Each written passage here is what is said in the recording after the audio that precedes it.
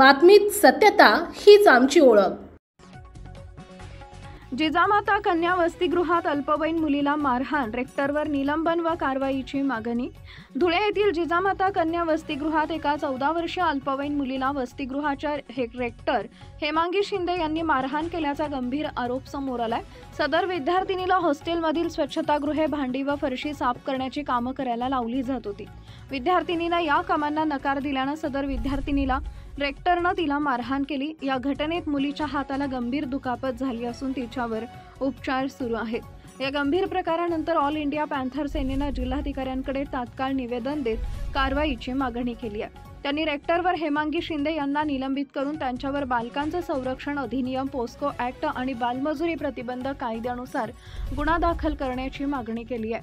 तसेच वसतिगृहातील इतर मुलींच्या सुरक्षिततेसाठी विशेष चौकशी समिती नेमण्याची ही मागणी पॅन्थर सेनेने केली आहे। या मागण्या मान्य न झाल्यास तीव्र आंदोलनाचा इशारा देखील यावेळी देण्यात आलाय। मुख्य संपादक जतीन बोरसे। दादा बोला। मी सागर मोहिते, ऑल इंडिया पॅन्थर सेनेचा धुळे जिल्हा अध्यक्ष। दिनांक 7/8/2025 रोजी रात्री 9:30च्या सुमारास जिजामाता कन्या हॉस्टेलमध्ये श्वेता अमर सोनवणे पीडित मुलगी, अल्पवयीन मुलगी आहे, तिला रेक्टरकडून मारहाण करण्यात आली।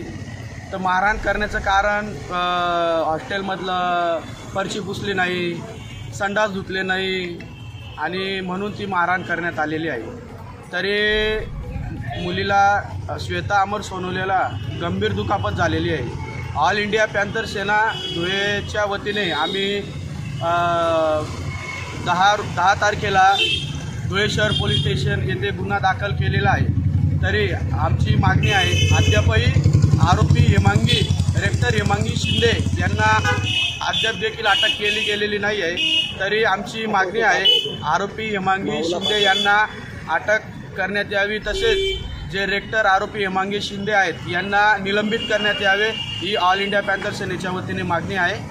धन्यवाद। आपल्या परिसरातील महत्त्वाच्या बातम्या पाहण्यासाठी आजच आमच्या JBTV न्यूज चॅनलला YouTube वर सबस्क्राइब करा आणि बेल आयकॉन प्रेस करा।